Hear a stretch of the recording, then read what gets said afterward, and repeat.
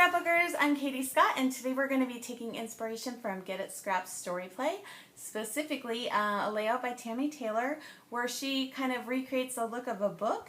And I have used a similar layout design, and I had this brochure, and you'll hear all about how I'm related to Miss Lizzie Borden, and second cousins.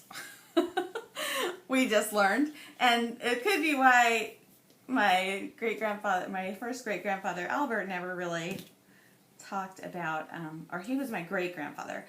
He didn't talk about his side of the family much, but anyways, that spells out how I'm related to her.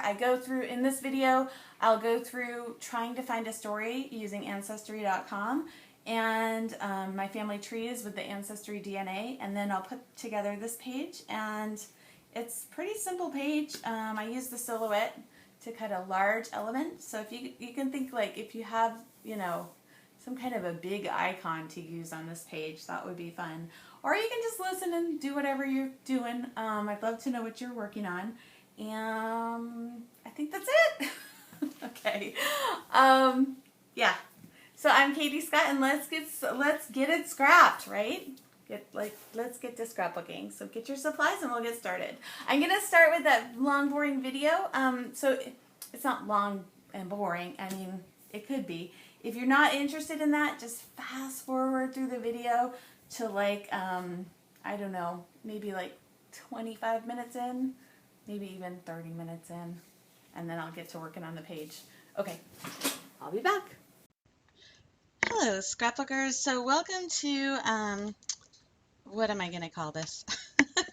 So one of the things I've been inspired by is the Get It Scrapped ebook called Story Play. And this is what it looks like if you go to Masterful Scrapbook Design or getitscrapped.com and sign up for the membership, then you can take a look at it. But that's what the cover looks like. And if you do go over there and buy anything, I would encourage you to go first over to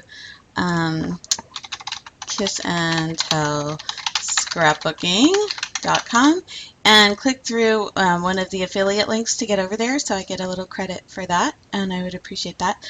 I've tried to make, when I refer to Get It Scrapped in these posts, not in every post, but in these posts, I've tried to make it so it'll link you over there. So this is today's blog post.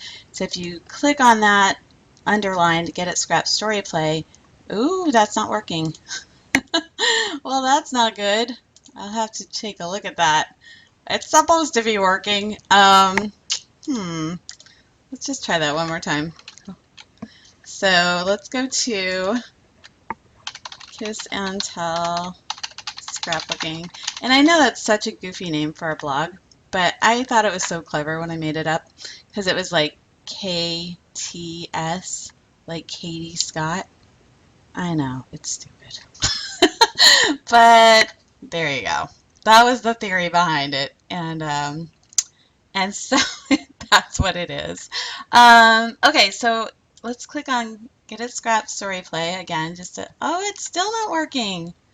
Problem loading page. So I don't know if that's me or if it's I don't know. Let's just go down to the next one and see if that's going to work. Hold on just a second. So this is working very smoothly. No. Okay, so let's click on this. It's underlined. Is that yes? Haha, that's working.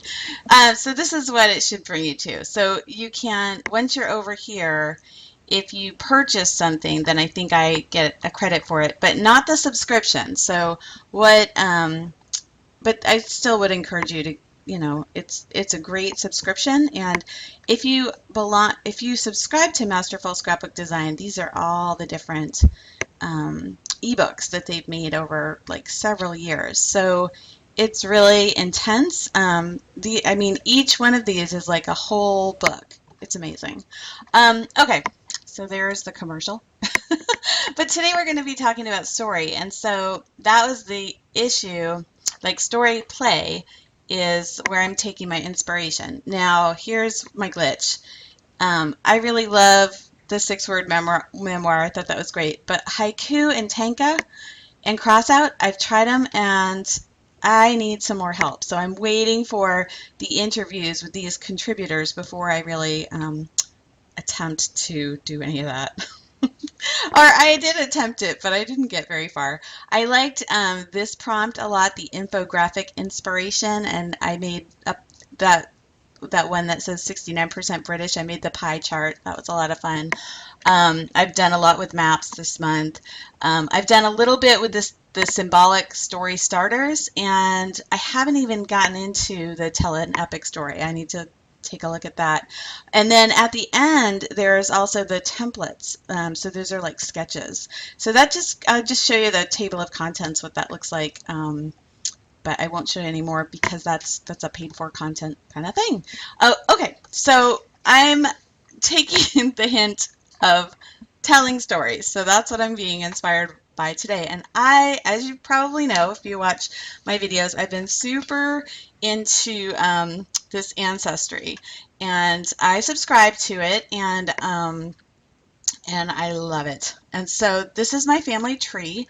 And what else? The other thing I've done is I've taken DNA tests. So I did myself, and so that's the pie chart there. And then I did my father-in-law. That's his pie chart. So you can see I'm mostly British. I'm mostly one thing, but he's more diverse than me. And then my mother-in-law, she's also more diverse, but more Irish than she ever imagined.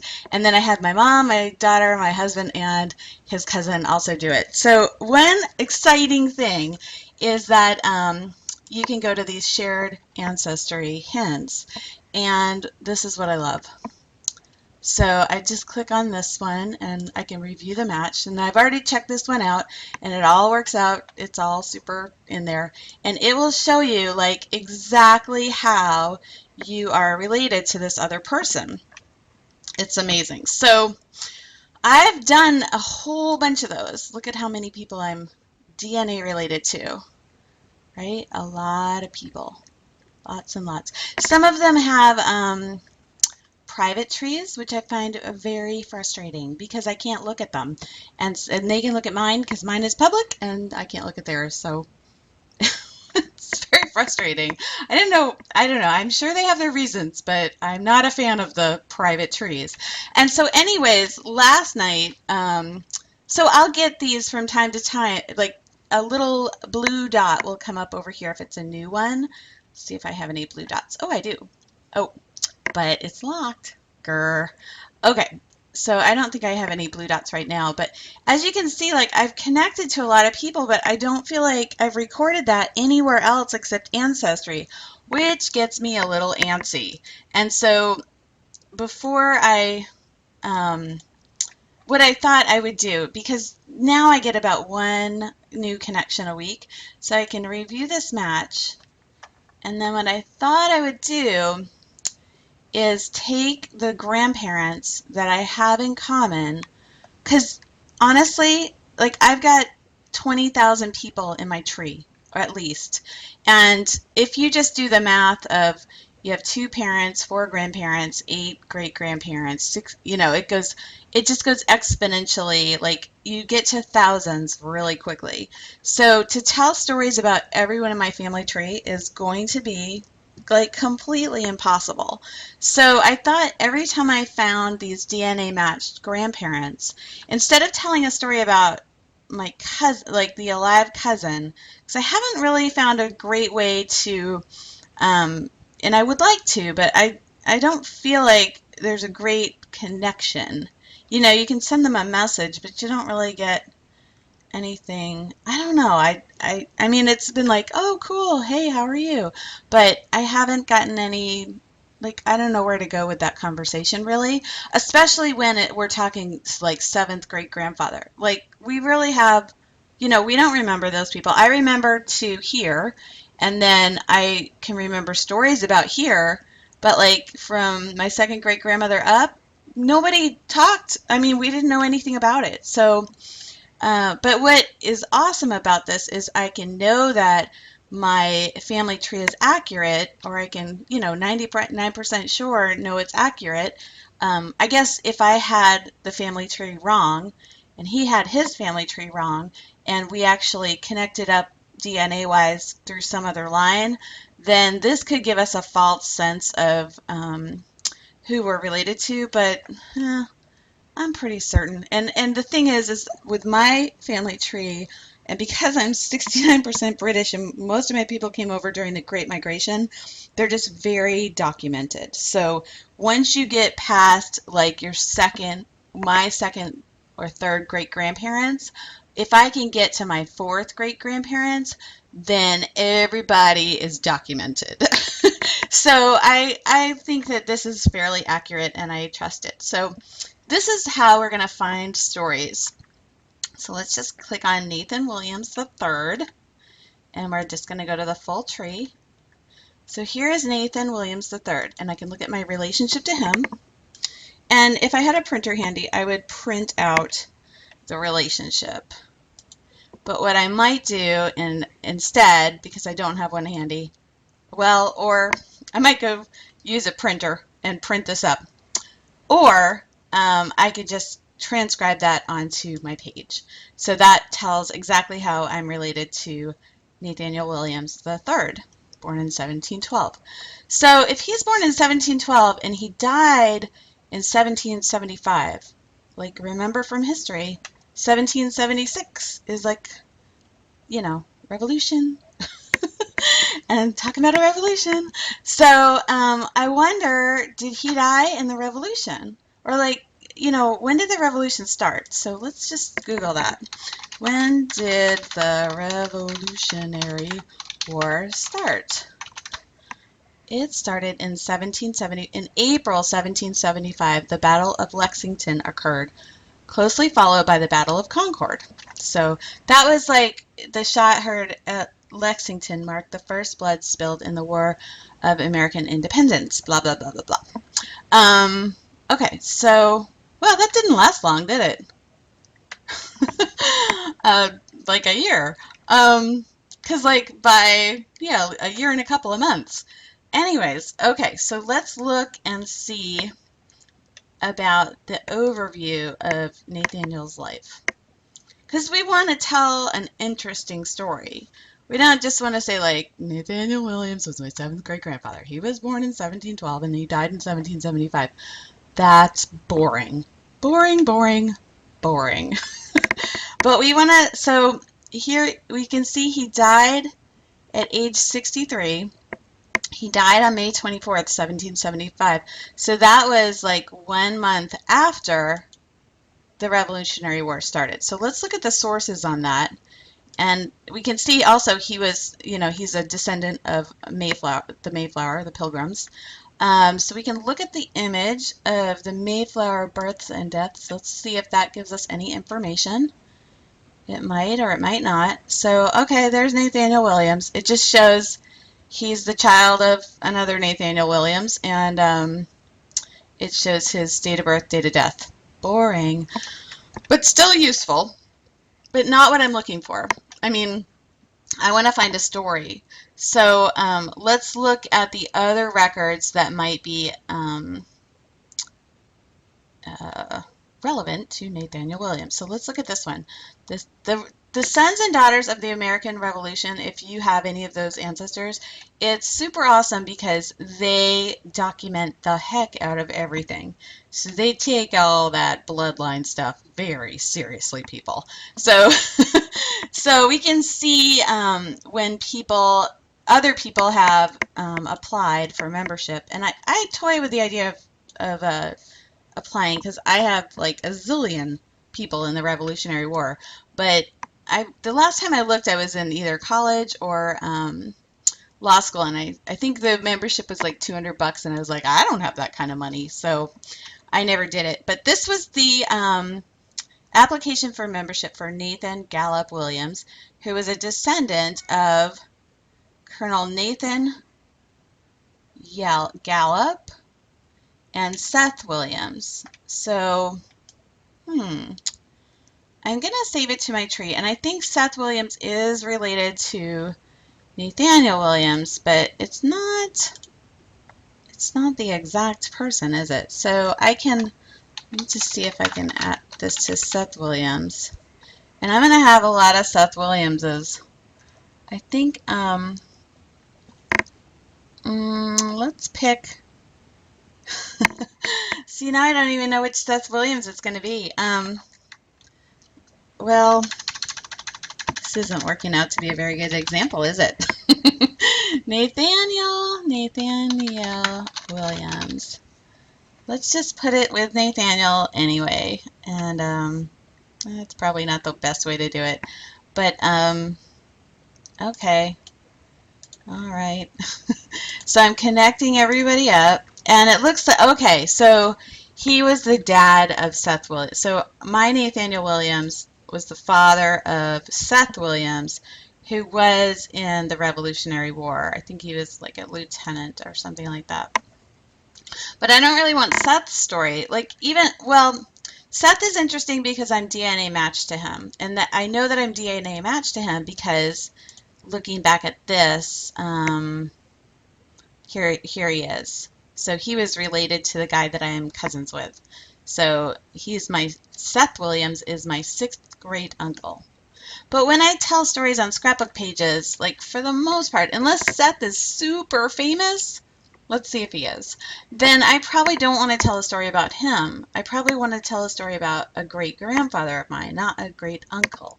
So let's just look at Seth and see if he did something mind-blowing. And then if he, if he did, then maybe we'll tell a story about him. But so sometimes they'll have stories attached. I'm not seeing that here, but I'll just review some of these hints. So it looks like he was also in the War of 1812. I guess he was a busy guy, huh? And I'll attach this. He was a post-Revolutionary War volunteer soldier. So I don't think he served. I don't know. Yeah, and I don't see any stories here, so I'm not going to stay on him for long. Goodbye, Seth. So we'll go back to Nathaniel Williams III, and let's just look at where he lives. So he lives in Raynham, Massachusetts, which is in Bristol County, which is where like New Bedford is. Moby Dick, New Bedford. And I'm not seeing any stories, so that's kind of a bummer. So I can search the records, and I don't want this to get too long. So I'm 15 minutes into this, so I don't want to take a zillion years with finding a story, but I do want to find a story. So I can look in Ancestry under Stories, Memories, and Histories and see if I come up with anything. And I'm just going to look at the public member stories because a lot of people out there do a lot to tell stories. So here's something about the Boston Tea Party, but what I'm going to look is who they've attached it to, and they're not, I don't see my guy. So we are looking for, Nathaniel Williams. Okay.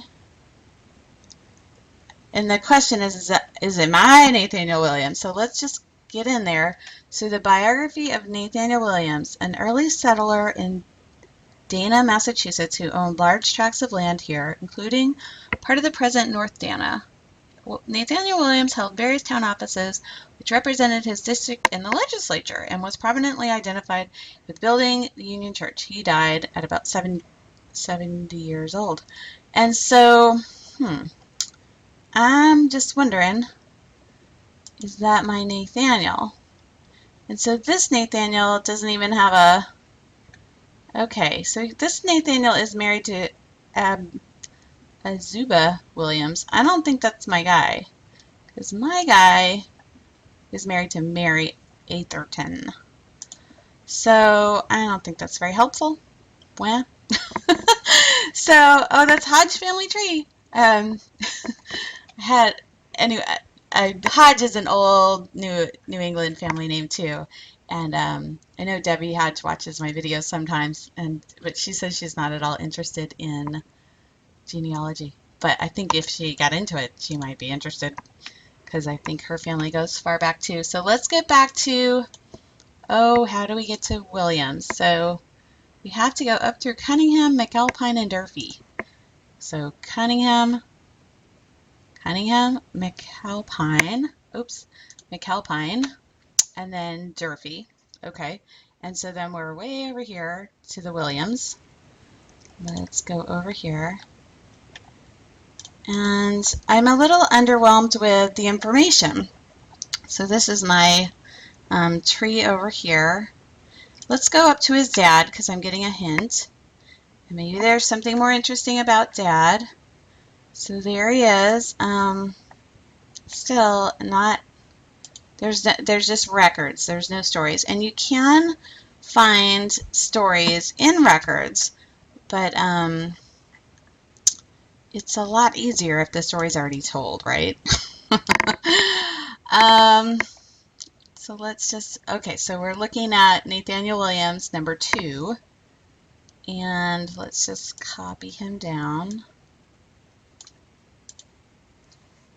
And a lot of people really think that there's problems with ancestry family trees because there's mistakes. And I think that that's fine. I know there's mistakes, and I probably have a zillion mistakes in my family tree. And I know that when I'm, if you're copying off your friend, then if they have the wrong information, you're getting the wrong information too. So I understand that as I'm copying all this down. This is not a perfect system, but it's really a lot better than anything else I've ever done. So, and it's fast, so I really like it. All right, so let's go back to Nathaniel. Oh, Nathaniel, how do we tell a story about you? So one thing I can do is I can also look and I can search the web. And let's see what we come up with. I'm thinking this is a really common name, and this is probably not gonna get us very far. Let's look at the wife, Mary Atherton. And what I've also added the last name, but her married name, but I've added it as a suffix, which I also think is a family history no-no, but it helps me. Okay, so do we have any stories about her? No. And there's story there. You can attach photos and you can attach stories, and I'm not seeing any stories. So I can do this thing called Member Connect, and then see I've already got her connected up with 98 other trees, family trees, but there's 50 more at least. So these people, they procreated and they kept on going. But I can look in here to see if there are any stories, like if anybody's attached any stories. So I'm just kind of looking to see, are there any stories? And boy, this is a big flop, huh? I thought I would have had something by now, and I don't. So that's kind of frustrating. Let me just keep on keeping on here. I don't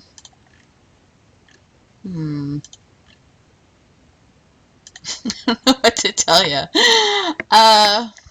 Yeah, I don't.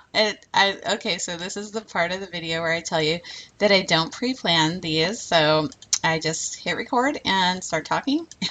So you're seeing my process as the process goes. So this is the thing with the family history is you can get sucked into this huge time suck. And I haven't found a story, and that's really sad. But I'm sure there's stories out there, but I haven't found them. So let's go back kind of to the drawing board and think, well, that was a really nice experiment. But I do have a story that I know that I can tell you, and it's kind of, well, it's still through the same Albert Cunningham, whose mother was Isabel McAlpine, whose her dad has been really difficult to find any information about. Like, he is a total dead end. But the mom, Harriet M. Durfee, she's like opened up all this stuff. And wasn't that how I was connected to this other guy? Yeah. So Isabel and then Harriet and then her dad Nathan. So if we follow Isabel to Harriet, her mother, and then go up to Nathan Durfee, he was a doctor. Charles Durfee was a judge. Thomas Durfee was a lawyer, and that's how we get to that whole. That's how we. Isn't that how we get to the Williams? No. So you need a notepad. Okay, so after Nathan Durfee, where did we go? Here we are, Nathan. Then we switch. Then we go to his mom, Hathaway, and then her mother, Williams, and that's where we get all of those Williams that we were just talking about. But what's kind of interesting, so if you get to this level, so Isabel is my second great grandma, okay? Then her mother, Harriet, is my third great grandma. Then Nathan is my fourth. The Charles side, Charles Durfee, is my fifth. If you get to my sixth great grandparents on that side, check out the names. Borden, Borden, Borden. 3 Bordens, okay? And we're from Bristol County, Massachusetts, which is also where Fall River is, which is where Lizzie Borden lived. So I researched it. I followed the Bordens all the way back to the 1500s on all 3 lines. And so I had a whole bunch of Bordens, as my 6th great grandparent. Like, check out Patience Borden. So here's Patience Borden. Come on, Patience. That's a funny name for me. So, okay. So here's Patience Borden. And when I'm in Ancestry, I will upload a photo, and I put the photo as, instead of the picture of them, so when I'm looking through, if I just saw a picture of a person, that's not going to send off any alarms for me. But if come on. So if I have this little icon, my blood-related female, then I know that's going to be one of my great-grandmothers. So I'm going to use that as the primary photo for Patience. Oh, Patience. Now I'm thinking I better make this layout really fast because I've spent most of my time telling you how to find stories. So, yeah, so there's all of the Bordens. They're married to the Durfees. Like, it's all, like, everybody's marrying brothers and sisters, and not their own, but there's a lot of overlap. So if you keep following up the family tree, then it becomes like there's one source. Oh, hold on. Let me show you it this way. So if we keep looking up the family tree on the Bordens, here we go, then eventually, like, it's going to get to where we're all descended from the same Borden. And it works out to be, yeah, there's Edmund, and then there's William Borden, 1450. But let's do the sexy Borden. Not that she's sexy, but Lizzie Borden is probably the most notorious line of that family. So here's Lizzie Borden, okay? And we're going to click on her, and I can type, this little line here is my relationship to her.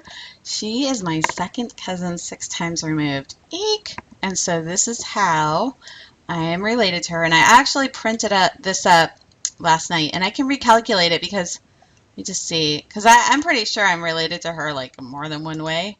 But I think this will take the most direct, like it'll do the most correct one, or the most direct one. So this is probably the most direct one. So she's my second cousin 6 times removed. Yikes.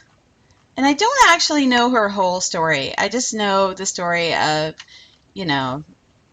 gave her parents 40 whacks and then 40 more. I don't know. It wasn't a good story. I found this picture of her, and she said, I know that I am innocent, and I've made up my mind that no matter what, I will try to bear it bravely.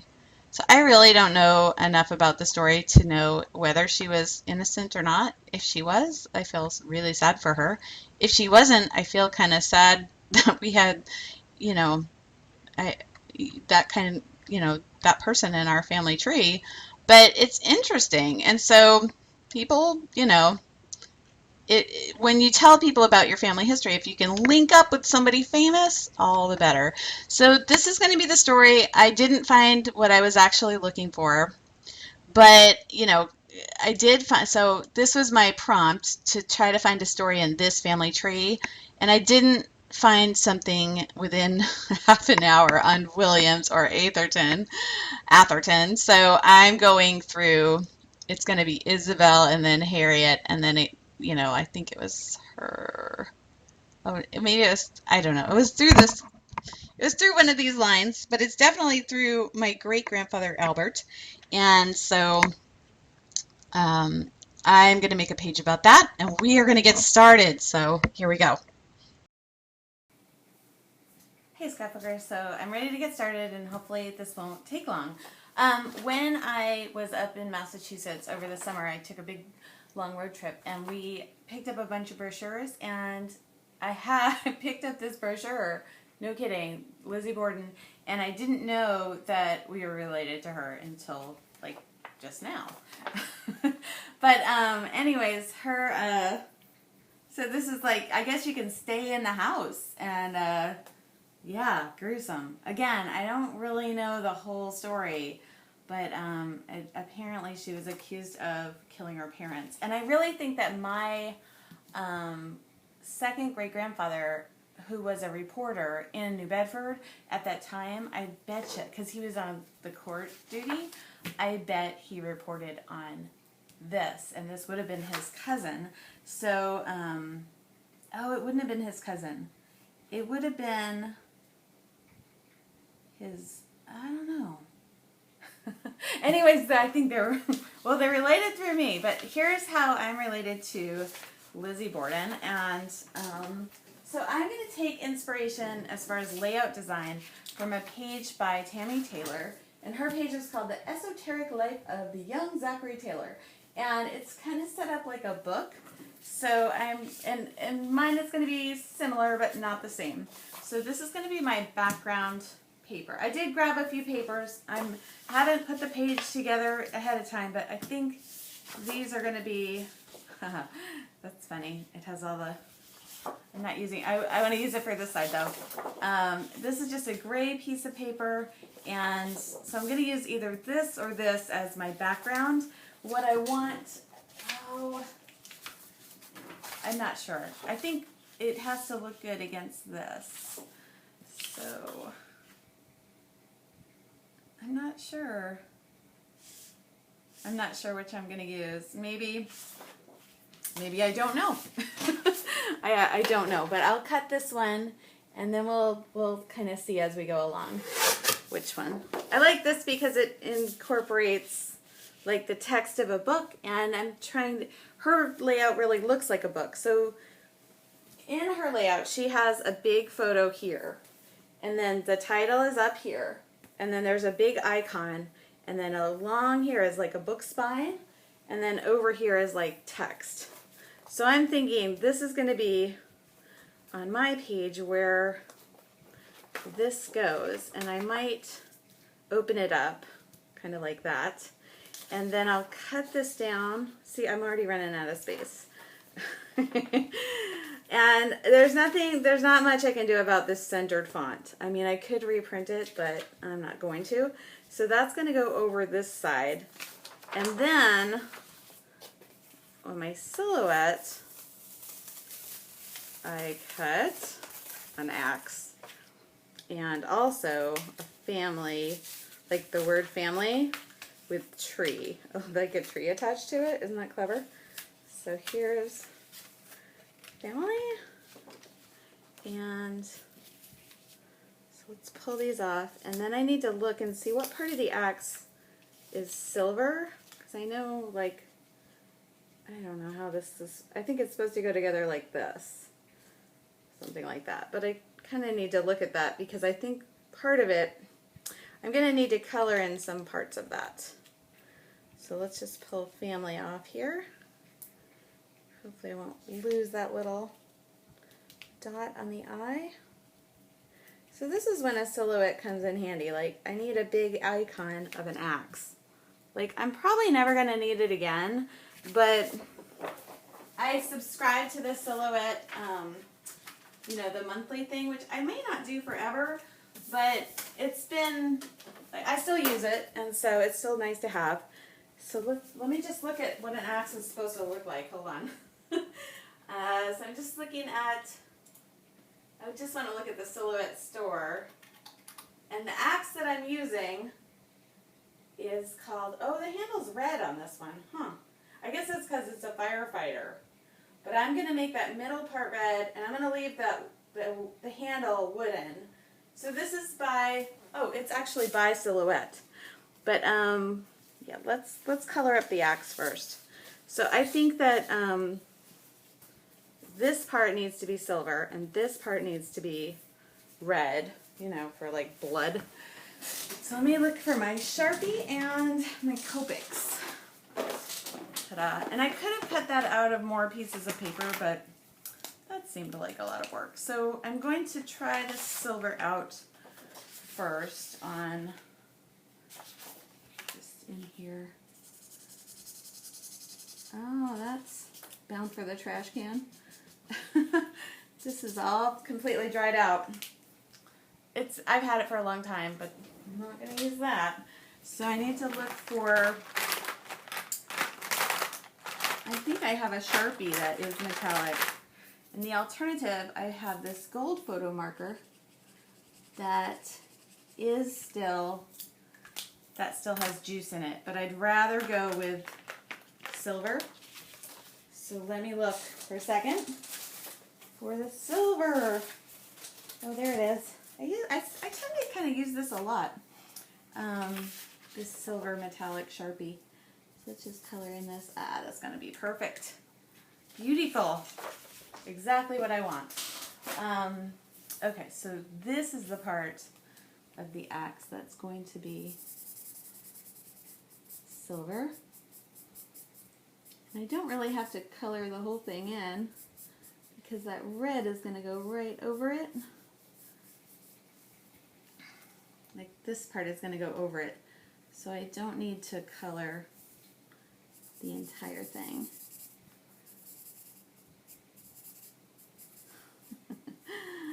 Ah, crazy. You know what's so funny is like like growing up, we drove through Fall River all the time. We lived kind of in this town. Well, we lived in this place called Somerset, which I never like to talk about because I had a really bad time there. I don't like it at all. But anyways, we lived there, and my grandparents, after we moved, I only lived in Somerset for like a year and a half, but it wasn't a good time for me. But anyways, we drove through, we'd have to drive through Fall River, and I didn't really like Fall River. My mother had gotten remarried, and I didn't really like that whole situation for a lot of good reasons. And yeah, they were from Fall River, so I always kind of had a negative opinion about Fall River. I was not a fan. And anyways, so, but we never, you know, like we knew the story about Lizzie Borden, but we didn't know we were related to her, certainly. And we didn't like go see the house or nothing. I mean, it was just like a local story, you know, a local old story. But it wasn't something that I thought my family was connected to. But like looking back, I would have maybe gone to see the house. Even this summer, we didn't even stop in Fall River just because like I didn't even mention it to my daughter just because I had bad memories there. Anyways, there's the axe. Ta-da. Okay, let's get working on this page. So the page is going to have, let's get back to my, hold on, I've got my computer behind me. I know you can't see that. So this part is going to be like where this sits. I think that looks pretty good. And then I'm thinking this will go kind of on here, up here, like the title. Oops. And now I'm also thinking how are we going to fit that axe on there? So maybe that goes about like that. I don't think we're going to have space. This is always my problem, is I am always running out of space. Yes, I am. Okay, so if we extend this out a little bit more, that will give us the space we need, I think.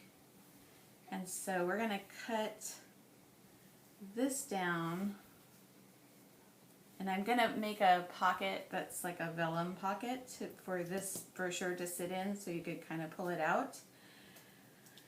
And I'm also thinking I am running out of room because I want to get all of this over here, and there's just no way. So I might just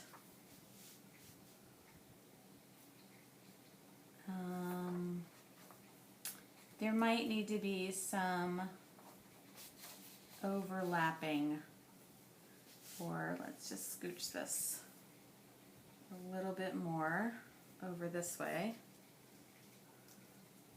And I kind of like that, you know, the axe is going towards the family tree, like, you know, axe and tree. Isn't that funny? I crack myself up. I know. So funny.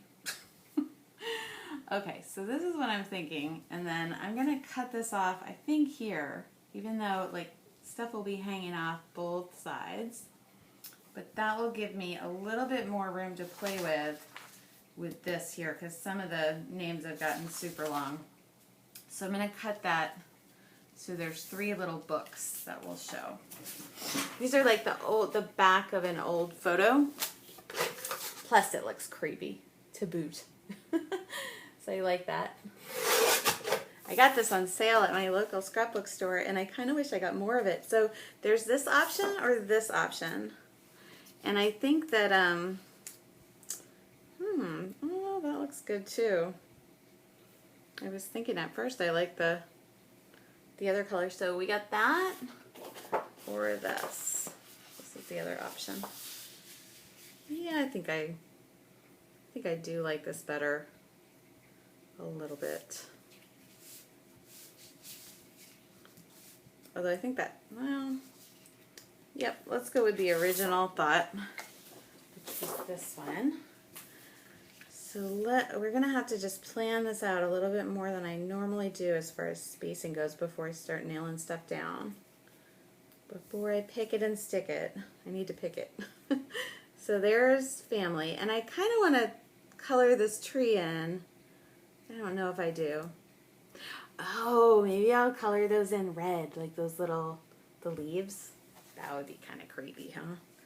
Okay, I think we need to bump this up a little, but it can't go up too much because we have some space constraints here. So that's going to go approximately like this. And so next up, I need to create a vellum pocket here.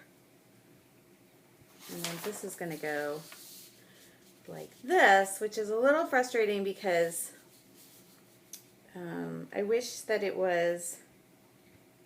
really wish that it was like aligned, but it is not. So because it's not, that's very frustrating. So I'm going to cut this here, and I might just wrap it around. I don't know. Let's see. Oh, I know what I can do. So you know how there's like a book title thing over here? This would be a good place to put maybe that, like kind of like a book. That little title-y thing. I think I'm going to do that. You just cut this a little bit more. And then I can kind of play up that this looks like a book a little bit somehow. So that's going to go kind of over here, I think. And then the actual tree, which is bugging me. Not enough to like axe murder anybody, but you know, it's a little annoying. I wish that I could get it on there a little better. I think maybe I want these three things to kind of line up a little bit. So probably about here, and some of the, yeah, my grandpa's date of death is going to get cut off, but I don't think that's the end of the world.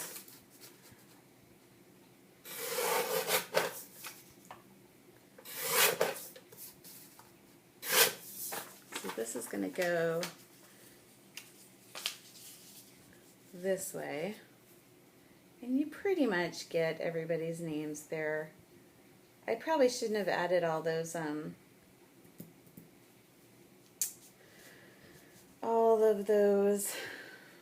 like maiden names in there, but I'm getting it good enough. I think I just want to scooch this over just a little bit more, so I am losing some dates. It's okay. It's not a huge deal, but that gives me a little bit more context. Okay, and then there's me. I didn't get on there.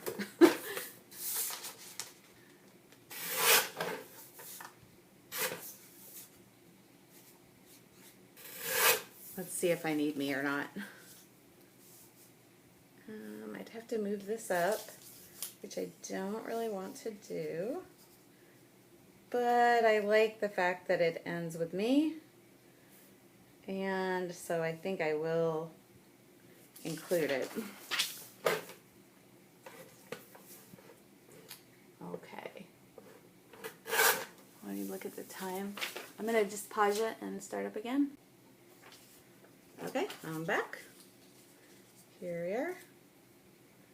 Okay. So,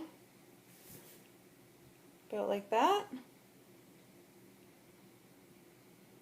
I keep thinking I want to kind of kill that. I want to move that over a little. I think I'm just going to move it about like this.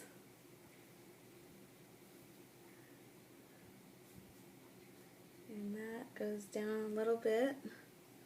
I know that's a little awkward.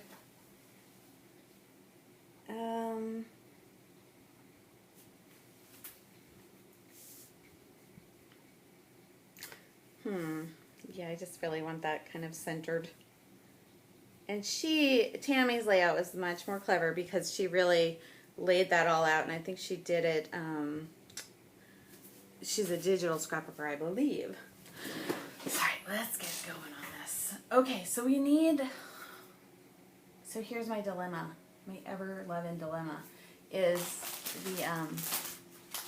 the pocket needs to be made out of vellum, but I don't really have,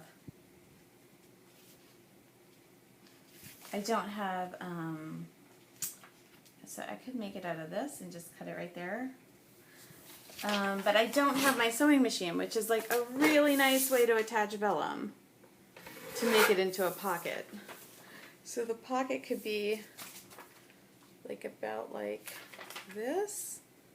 I don't know if I really want those tags. I think I need a less busy spot of vellum. Yeah.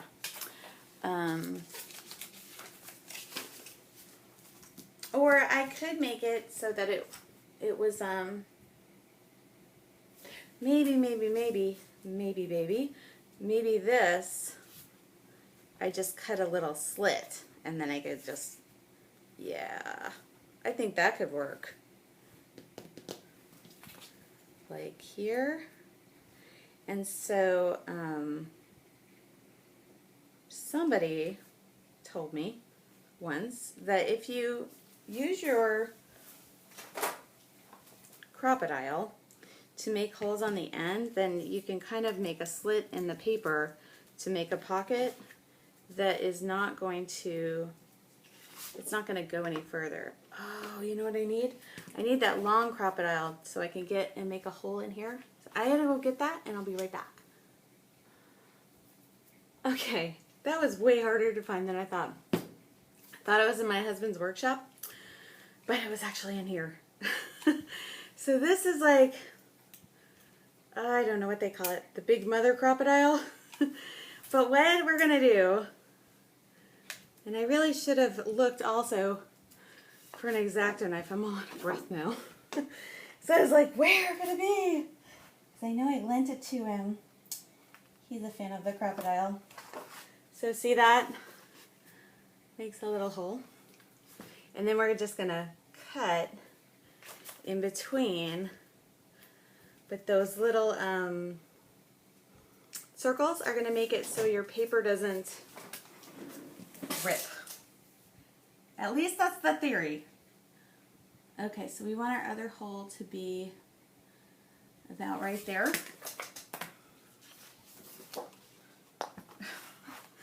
Yeah, I was convinced it was in his work.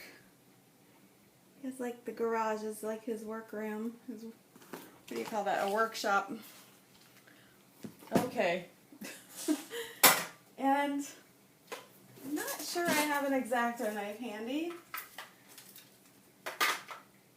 Yeah, it is definitely time for a clean sweep in my world.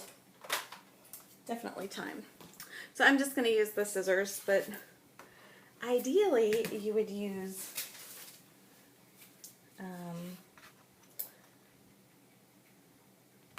an X-Acto knife so you can get a nice straight cut. But I just don't think I have one handy, and I'm not going back to the I'm not going back in search of I hope this comes out okay. I'm not going to go search again through his workshop. Like I looked in every drawer. He has 2 craftsmen. I looked in every drawer of those 2, and they're highly labeled. So I was like, well, where would he file this if it was in there? But he didn't. He gave it back to me. He once borrowed my crocodile, like the little pink one, and did some work at our office on the weekend, like outdoors kind of work. And he left it there, and it was outside for like, I don't know, 3 or 4 months. And I was finally like, where's my crocodile? Like, didn't you borrow that? Where did it go? And he was like, oh yeah, I was using it on this project at work. And then he said he like looked behind some bushes, and there it was. And it was fine. It's funny. Okay, that didn't come out as smoothly as I would have liked. So I'm wondering, I could just try to cut it a little bit more to even it out. Let's try that first.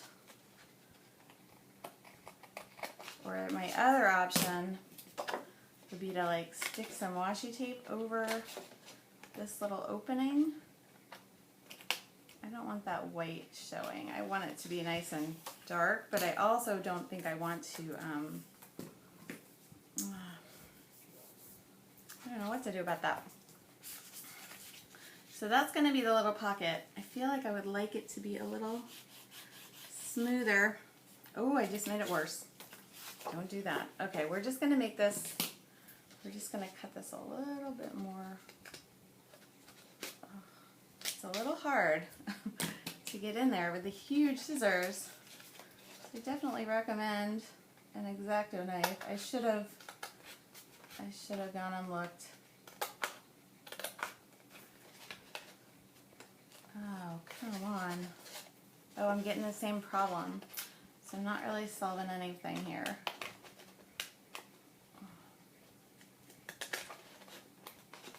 Grr. So I thought I might have an album that was like full of, you know, skeletons in the closet or family tree. Like all the questionable people. I don't know. Maybe it'll just be a little chapter. Or maybe just a few pages. Hopefully we won't have enough for a whole album of that stuff. I think most of the people in our family were kind of good. But we do have stories of people getting captured by pirates, and another guy who left his family to go, you know, out to California to hunt for gold. Like, he left his wife and all of his children and went into town to sell the crops and never came back. And then then Fendersons start showing up in California, so they think that's maybe why. I should look back into that story. It was one of my dad's favorite little things to tell about. Okay, so let's get this nailed down. So this was going to go about here, and there's my little pocket. So I want to put adhesive like all around this, but not in this space. So it's going to go approximately like that. And then the family is going to go right onto this. And let's just get a placement going. Here's the axe. I think I went that straight up and down. And I want it to be going over the family, but not completely. Yeah, like that, maybe. So we need to just for space issues,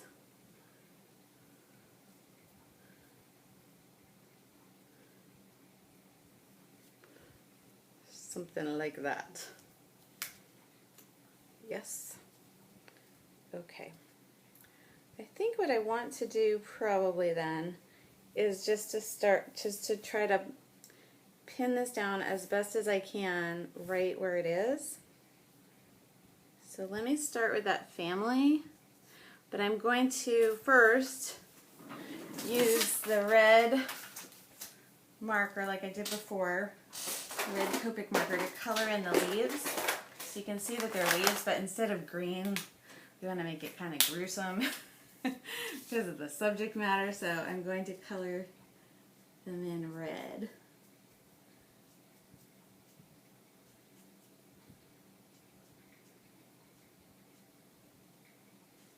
I kind of feel like I should watch a YouTube video or something about, if you ever want to like learn about history, there's all sorts of YouTube videos. So, you know, instead of having to, you know, do annoying things like reading, you could just watch a video. Okay. So that's gonna, oh yeah, look like that. Ugh. Creepy, right? So we probably need one more red element over here. Not sure exactly what that's going to be yet. So let's get the sticky dots out. My favorite adhesive for die cuts. And I want this to be sticky, but I don't want it to be like, you know, super duper sticky. So I'm going to use this page that looks a little beat up. So we're not going to get probably quite so many dots as we would if it was brand new. And then when I lay this down, I want to really make sure that I'm getting it exactly where I want it to go, so I don't have to fiddle with it. Ugh. How creepy though, right?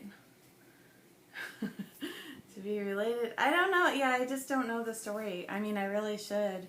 Of any, you know, seems like I would, just because of where we used to live near there. Not because we knew we were related, but, you know, like local folklore. It wasn't even folklore. It was like a real, true live story. Oh, you know what I think I want to put in here is, oops, that wasn't exactly where I wanted it to go, but close enough. So there we go with the family tree. Oh, that's very clever. Poor old Lizzie. Or poor old parents. I don't know. I can't tell you which side I'm on because I just don't know the story. Okay, more sticky dots for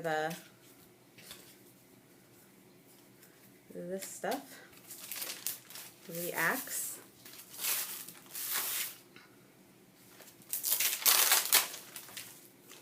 So I like that when it's going straight up and down. Oh, I should have measured this a little bit better. Okay.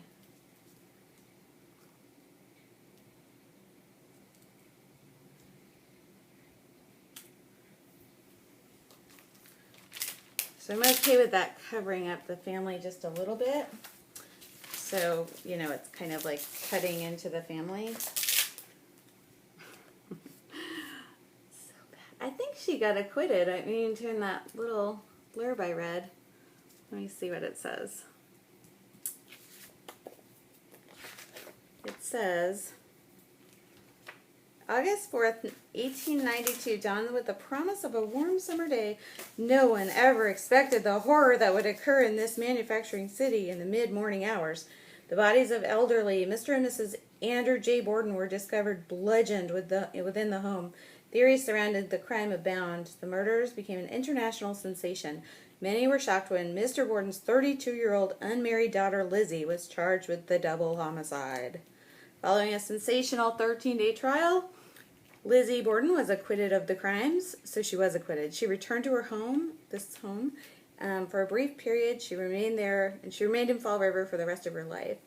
I don't think she had any kids, but I do think she did get married. Blah, blah, blah, blah, blah. Okay, so we could do that date in red down here somewhere, or I could, I'm thinking, well, it's not going to work really well for the, so Lizzie, her dad was Andrew, his dad was Abraham, his dad was Richard Borden, so Richard Borden was the father of Andrew, Richard Borden was the father of Abraham, who was the father of Andrew, who was the father of Lizzie, and then Thomas Borden was the son of Richard. Yeah, that's our common guy there.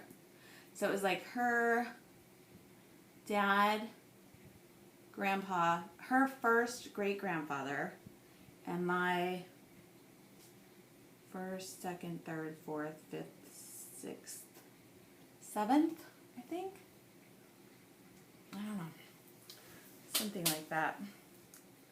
So maybe, even though it's not going to totally work, I'd rather have something down here, but I think I would, maybe I won't. I'm undecided. Okay, so this is going to go here. So that will be overlapping that just a little. So first I think I want to lay down the text. And I think I'll do it like here.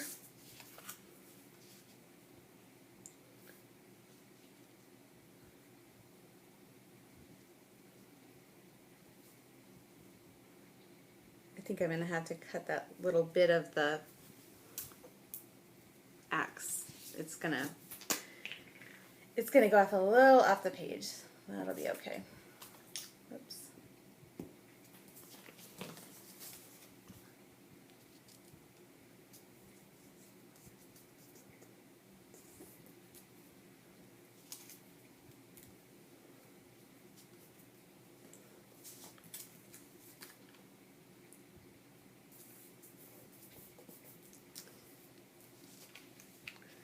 That's going to go, oops, that should go down just a little bit. Oh no, it's probably already sticking. I got it in time. Okay, let's do that again. So that's going to go there. I want this to just go right to where the edge of that axe goes. So it's going to overlap this. There, that works, I think. If it doesn't, I have a problem. But there we go. And so this, I just want to line up the same, yep, right about there. Oh, I don't think I'm going to fit myself. Darn it. All right, so it's not going to line up. Wow. Because I'm going to need to make some space in the bottom. So sometimes you got to sacrifice your page design, especially in paper. I think with digital scrapbooking, you could probably resize things like much easier. Oh well. That's life, huh? This It's life in the big city.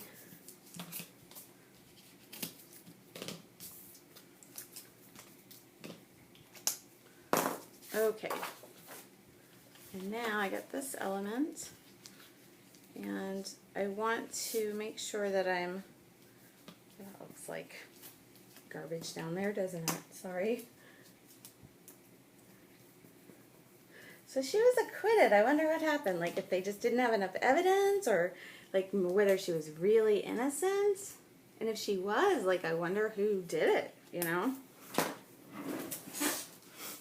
And if she was, that's kind of sad. She got accused of it and she didn't do it because she said she was, you know, she was like, I didn't do that. All right, now we need, so I'm going to just leave her in there. I think it's so funny that this is on the back because it's all that poison and death. And I like that side of the page, but I'm not super worried about it. I think this was a, trying to think of who made this paper, because it's really cute. It might have been like Authentique or, I don't know who made it actually. It looks kind of like Jenny Bolin, right? I don't think it is. I could be wrong. It might be. But I don't think it is. I think it's somebody else. Maybe it's Teresa Collins, or maybe like, I actually don't know. I knew at one time, but I no longer do. I was helping my son study, it's his midterms this week, and I was helping him study his vocabulary, and like so he has to be able to spell the word and also, I get that slightly crooked. I'm just going to leave it and maybe chop off the top. Haha, get it? Chop off. But anyways, I was asking him like the meanings of the words, and so like say for example, I was like, what does apathy means? And he's like, I don't care. I'm like, exactly. He thought that was so funny because I think like at first he did it unintentionally, and then he figured it out, and then he was like, just telling me the words, like responding. He was acting out the words, I thought it was pretty fun. Okay, what else? So there we go. Do we need the little eye on the family? Yes. Yes, we do.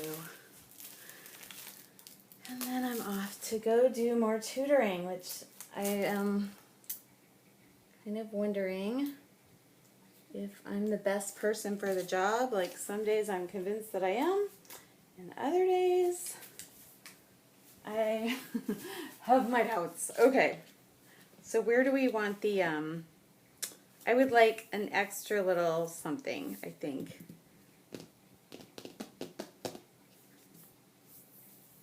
One more, I don't know what. How about the date, okay? How about,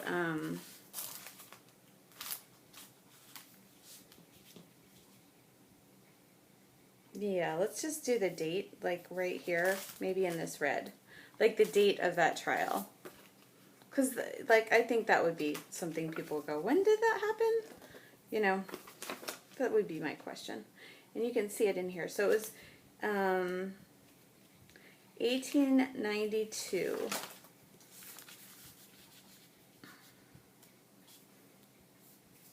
I'm thinking down here, near my name, which I don't have anything to do with 1892, but I just think that will bring your eye down to my name, and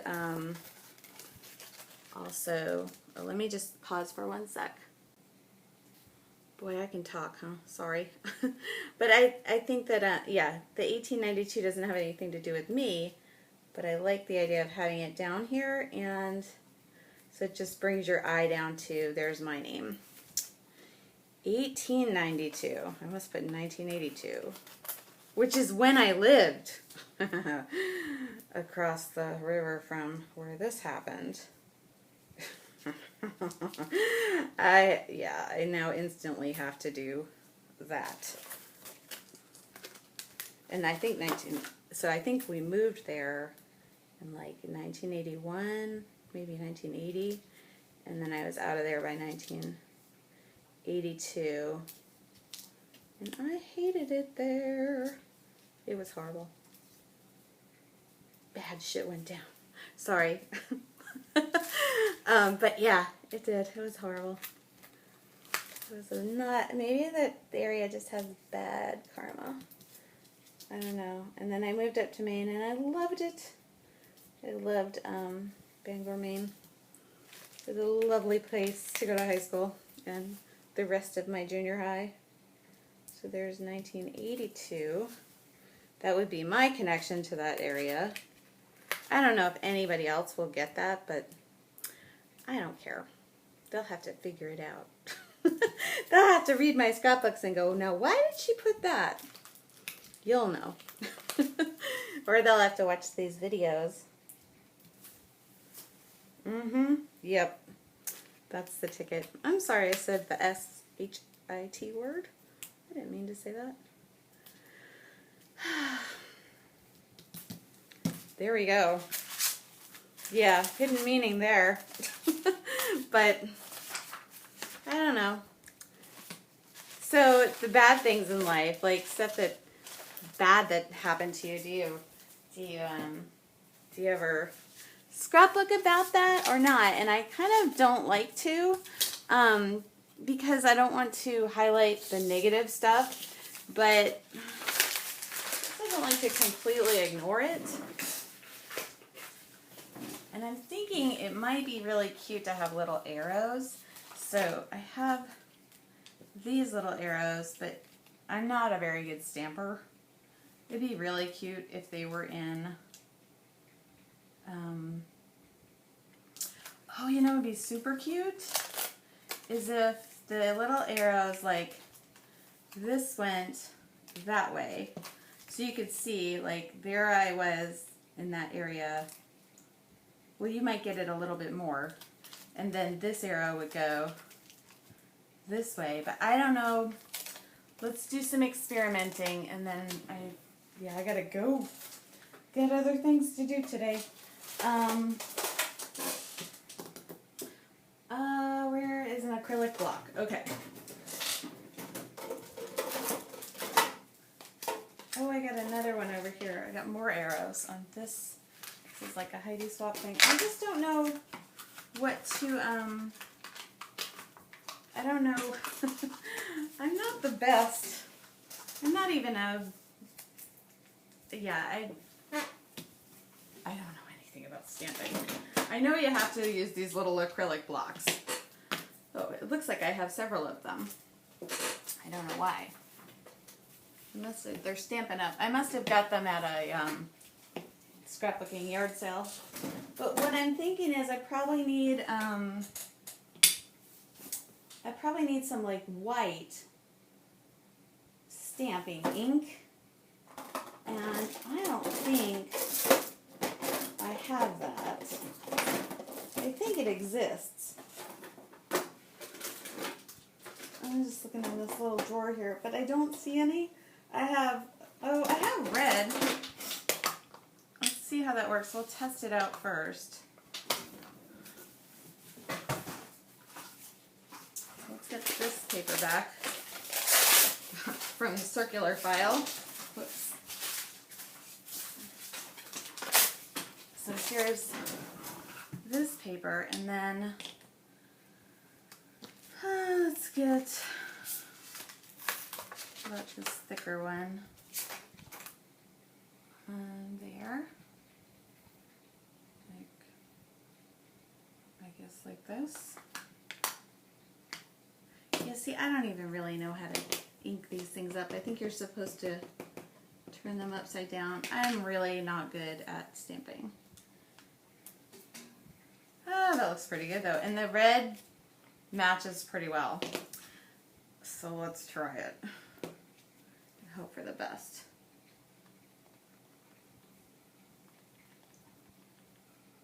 I was watching So like Scrapbook Soup on PBS.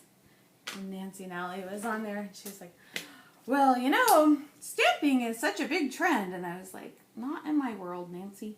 But I think she does a lot of stamping. But it was just funny.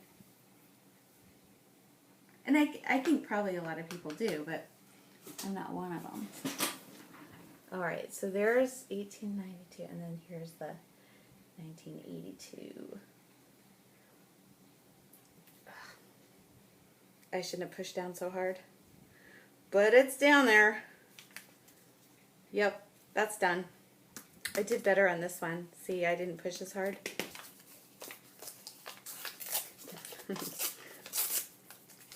See if I could like put that on there. I don't know. I don't think that will work. But I think this one came out way better. And that's a way I think you can get away with stamping. I don't think that looks good. I'm just going to leave it. It's fine. It's not perfect. Neither am I. Neither was she. Yeah. Well, depending, but maybe not by a long shot. Okay, so let's put this away, and anything else we can, I think that's all good. We can say goodbye to Lizzie Borden.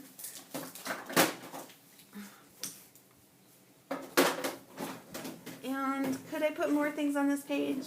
Oh, probably. Should I? Probably not. Let's just, I just had this like shiny thing here, and I'm just wondering, like maybe the brad on the eye or the brad in place of the eye, but I think probably not.